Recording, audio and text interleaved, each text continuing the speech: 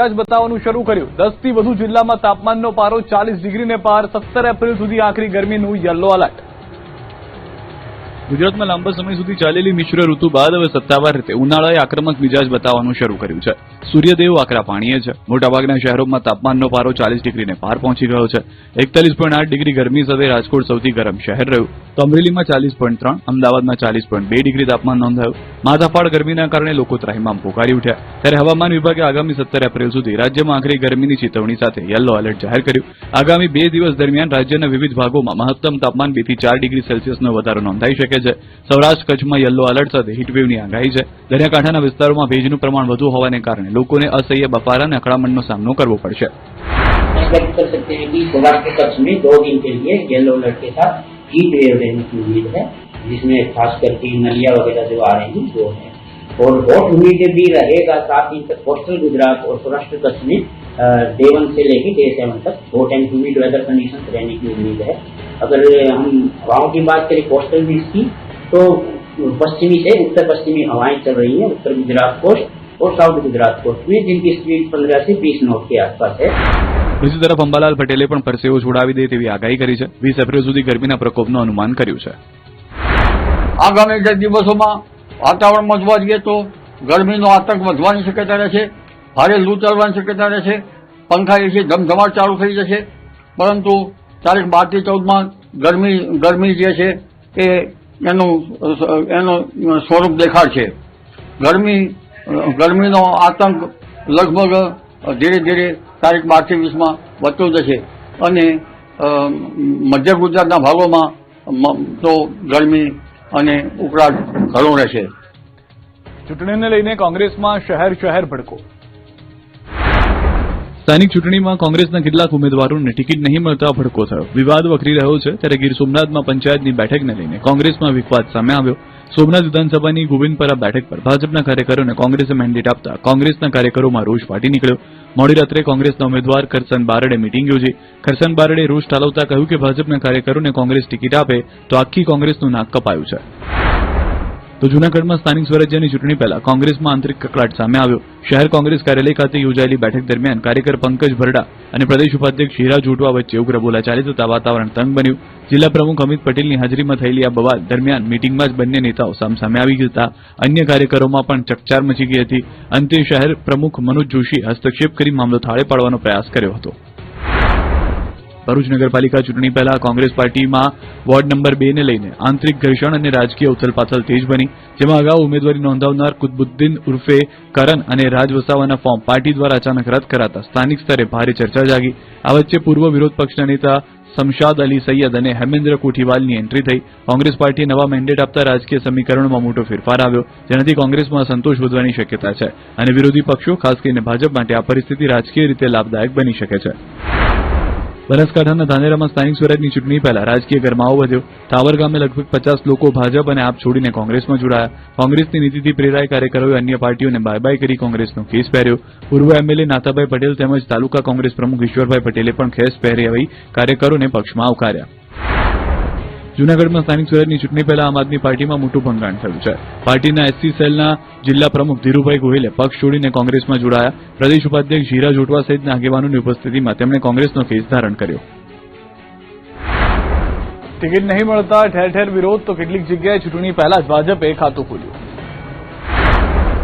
સુરત જિલ્લામાં ભાજપે ખોલ્યું ખાતું। પલસાણા તાલુકા પંચાયતની વરેલી એક બેઠક પર કેસરીઓ લહેરાવ્યો। પલસાણા તાલુકા પંચાયતની ચૂંટણી પૂર્વે જ 15 વરેલી એક બેઠક પર ભાજપના ઉમેદવાર વિજેતા થયા। વરેલી એક બેઠકના નેહાબેન સંજયભાઈ રાઠોડ બિનહરીફ ચૂંટણી પહેલા જ જીતી જતા ભારે ઉત્સાહ સાથે જોવા મળ્યા। આ તરફ વાવથરાના જિલ્લામાં મહિલા કોંગ્રેસ ઉપપ્રમુખ ભાવનાબેન ઠાકોર નારાજ થયા। કોંગ્રેસમાંથી ટિકિટ કપાતા ભાવનાબેન ઠાકોર ભાજપ સાથે જોડાયા। એમએલએ કેસરજી ચૌહાણ પૂર્વ એમએલએ અનિલ માળીની ઉપસ્થિતિમાં ભાજપનો કેસ ધારણ કર્યો। આ તરફ ગીર સોમનાથમાં ટિકિટ ન મળવાને લઈને રામાયણ શરૂ થઈ ગઈ છે। ઉમેદવારી નોંધાવ્યા બાદ પણ ભાજપમાં વિરોધનો વંટોળ ચરમસીમાએ છે। વેરાવળના વોર્ડ નંબર 7માં પૂર્વ નગરસેવક હંસાબેન પાભરીની ટિકિટ કાપી અન્ય ઉમેદવારને અપાતા સ્થાનિકોમાં વિરોધ વકર્યો। સ્થાનિકો એકત્ર થઈને સૂત્રોચ્ચાર કર્યા હતા। સ્થાનિકો દ્વારા ભાજપ વિરુદ્ધ મતદાન કરવાની ચીમકી ઉચ્ચારાઈ। આ તરફ સુરત મહાનગરપાલિકાની ચૂંટણીને લઈને કોંગ્રેસે પોલીસ પર આક્ષેપ કર્યો। સુરત પોલીસ ખાનગી કપડામાં કોંગ્રેસના ઉમેદવારોના ઘરે પહોંચી ઉમેદવારોને ડરાવી રહી હોવાનો દાવો કર્યો। આ અંગેની કલેક્ટરને રજૂઆત કરી। કલોલ તાલુકા પંચાયતની ચૂંટણીને લઈને વિવાદ થયો. કોંગ્રેસ પક્ષે સાંતીજ પોલીસ સ્ટેશનના પીઆઈ મુછાળ અને એલસીબી પીઆઈ ડીબી વાળા સામે ગંભીર આક્ષેપ કર્યા. ચૂંટણી દરમિયાન પોલીસ અધિકારીઓ કોંગ્રેસના ઉમેદવારો અને કાર્યકરોને ધાકધમકી આપીને રાજકીય હસ્તક્ષેપ કરી રહ્યા હોવાનો આરોપ. કોંગ્રેસે પ્રાંત અધિકારીને આવેદનપત્ર આપી યોગ્ય તપાસ અને કાર્યવાહીની માંગ કરી. તો સુરતના વોર્ડ નંબર 27 ડિંડોલીથી ટિકિટ ન મળતા નારાજગી છે. વિસ્તારમાં 15 વર્ષથી પાટીદાર અને ઉત્તર ગુજરાતના લોકો રહે છે. ટિકિટ ન મળતા સ્થાનિકોની મહત્વની બેઠક મળી. સમાજના અગ્રણીઓ સાથે મોટી સંખ્યામાં લોકો હાજર રહ્યા. ડિંડોલી વિસ્તારમાંથી પાટીદાર યુવાનોએ માંગી હતી ટિકિટ. મહીસાગરમાં ટિકિટ કાપતા જ બળવો ફાટી નીકળ્યો. મહીસાગર જિલ્લામાં ભાજપ માટે ચૂંટણી પહેલા જ મુશ્કેલીઓ ઊભી થઈ રહી છે. ટિકિટ વહેંચણીને લઈને પાર્ટીમાં ભારે અસંતોષ ફાટી નીકળ્યો છે. વર્ષોથી પાર્ટીમાં સેવા આપતા અનેક કાર્યકરોને ટિકિટ ન મળતા તેઓમાં નારાજગી વધી છે. ટિકિટ ન મળતા ઘણા કાર્યકરોએ અપક્ષ તરીકે ઉમેદવારી નોંધાવી અને પોતાની જ પાર્ટી માટે ચૂંટણી મેદાનમાં ઉતરવાનો નિર્ણય લીધો. ક્યાંક ઉંમરના બહાને તો ક્યાંક અન્ય કારણો આપી ટિકિટ કાપવામાં આવી હોવાના આક્ષેપો વચ્ચે પાર્ટીમાં આંતરિક સંઘર્ષ વધુ તેજ બન્યો છે. મોટી સરસંગ, કાળી બેલ અને ધામોદ જેવી બેઠકો પર કાર્યકરો હવે અપક્ષ બની મેદાનમાં ઉતરી ગયા છે અને જીતનો દાવો પણ કરી રહ્યા છે. ભાજપના પોતાના જ કાર્યકરો હવે પડકાર ઉભો કરી રહ્યા છે. એક તરફ મહીસાગરમાં અસંતોષ અને બળવો થઈ રહ્યો છે, બીજી તરફ પ્રચારનો પણ પ્રારંભ થઈ ગયો છે. વિરોધના સૂર વચ્ચે મહીસાગર જિલ્લાના રાજકારણના નવા સમીકરણો રચાય તો નવાય નહીં. ચૂંટણી પહેલા જ કેટલીક બેઠકો પર ઉમેદવારો બિનહરીફ વિજેતા થયા. નડિયાદ તાલુકા પંચાયતની આગામી ચૂંટણી પૂર્વે જ ભાજપની જીતનો ભવ્ય પ્રારંભ થયો છે. નડિયાદ તાલુકા પંચાયતની 3 બેઠક પર ભાજપનો કેસરીયો લહેરાયો. તાલુકાની 3 બેઠક બિનહરીફ થઈ. નડિયાદ વિધાનસભાની ભૂમેલ બેઠક પરથી ઉષાબેન રાઠોડ અને નરસંડા બેઠક પરથી મનીષાબેન તડવી સામે વિરોધ પક્ષના કોઈ ફોર્મ ન ભરાતા તેમને બિનહરીફ વિજેતા જાહેર કરવામાં આવ્યા. આ ઐતિહાસિક સફળતા બદલ નડિયાદના ધારાસભ્ય પંકજભાઈ દેસાઈ બંને વિજેતા ઉમેદવારોને શુભેચ્છા પાઠવી. બીજી તરફ મહુધા વિધાનસભા બેઠક આવતી નડિયાદ તાલુકા પંચાયતની ચલાલી બેઠક પર ભાજપનો દબદબો જોવા મળ્યો છે. ચલાલી સીટના ભાજપના ઉમેદવાર શોભનાબેન નવીનભાઈ સોઢા પણ બિનહરીફ ચૂંટાઈ આવતા કાર્યકરોમાં ભારે ઉત્સાહ જોવા મળ્યો. આ બાજુ ભરૂચ તાલુકા પંચાયતની પાલેજ 2 બેઠક પર ભાજપે ચૂંટણી પહેલા જ બિનહરીફ જીત નોંધાવી. ભાજપના ઉમેદવાર ચારુલબેન પટેલ સામે અન્ય કોઈ પણ પક્ષ કે ઉમેદવાર દ્વારા ફોર્મ ન ભરાતા વિના મુકાબલે વિજેતા જાહેર કરવામાં આવ્યા હતા. આ જીતને ભાજપે માટે મહત્વપૂર્ણ માનવામાં આવી રહી છે. સ્થાનિક સ્તરે કાર્યકરોમાં આનંદનો માહોલ જોવા મળી રહ્યો છે. આ તરફ પંચમહાલના ગોધરા નગરપાલિકાની 44 બેઠકો પૈકી 3 બેઠકો પર ભાજપની મહિલા ઉમેદવારો થયા બિનહરીફ. શહેરા નગરપાલિકાની 28 બેઠકો પૈકી 10 બેઠકો પર ભાજપના ઉમેદવાર થયા બિનહરીફ. જિલ્લા પંચાયતની 38 બેઠકો પૈકી 1 સાપા બેઠક પર ભાજપના મહિલા ઉમેદવાર થયા બિનહરીફ. શહેરા તાલુકા પંચાયતની અણિયાદ બેઠક પર ભાજપના ઉમેદવાર બિનહરીફ થયા. કાલોલ તાલુકા પંચાયતની ચલાલી બેઠક પર ભાજપના ઉમેદવાર બિનહરીફ થયા.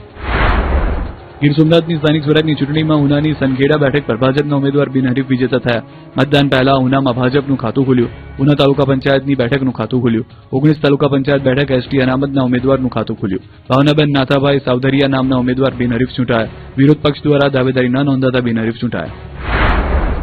તો અરવલ્લીમાં એક ઉમેદવાર 2 મેન્ડેટ લઈને આવ્યા. ધનસુરા તાલુકા પંચાયતની રમોસ બેઠકના મેન્ડેટનો ખેલ ખેલાયો. એક જ ઉમેદવાર 2 પક્ષના મેન્ડેટ સાથે અલગ અલગ ફોર્મ ભર્યું. ભીખુસિંહ અર્જુનસિંહ ચૌહાણે કોંગ્રેસ અને આપમાં ઉમેદવારી ફોર્મ ભર્યું. અરવલ્લીવાળી થઈ દાહોદમાં એક જ ઉમેદવારે 3 અલગ અલગ પક્ષથી ફોર્મ ભર્યા. ભાજપ, કોંગ્રેસ, આપમાંથી એક જ ઉમેદવારે ફોર્મ ભર્યું. દાહોદ જિલ્લા પંચાયતની પીપેરુ બેઠક પર ભરતસિંહ વાખડાએ 3 પક્ષથી ફોર્મ ભર્યા. તાપીમાં ચૂંટણી પહેલા જ આખી પેનલ વિજેતા. તાપી જિલ્લાની વ્યારા નગરપાલિકામાં ભાજપનો દબદબો જોવા મળ્યો. ચૂંટણી પહેલા જ વોર્ડ નંબર 5માં આખી પેનલ વિજેતા જાહેર થઈ.